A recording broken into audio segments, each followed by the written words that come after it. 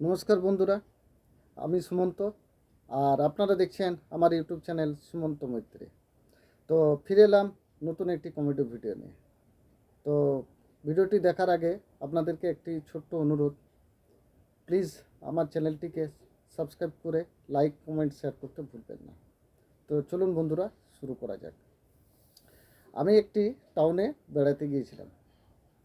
তো সেখানে হঠাৎ আমার মুরগির মাংস খাওয়ার ইচ্ছে জাগলো।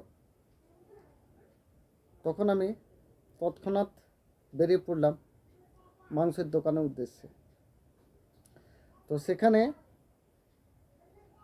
গিয়ে মাংস দোকানে পৌঁছালাম। তো দোকানদারকে আমি জিজ্ঞাসা করলাম, দাদা মাংস হবে? তো দোকানদার আমাকে জিজ্ঞাসা করলেন, কত নেবেন? আমি বললাম 750। ঠিক আছে।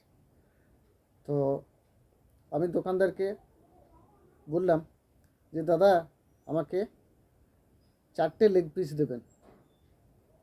তখন দোকানদারটি আমার মুখের দিকে তাকিয়ে বললেন, দাদা, একটি মুরগির তো দুটি পা হয়, তাহলে আপনাকে আমি 4টে লেগ পিস দেবো কোথার থেকে?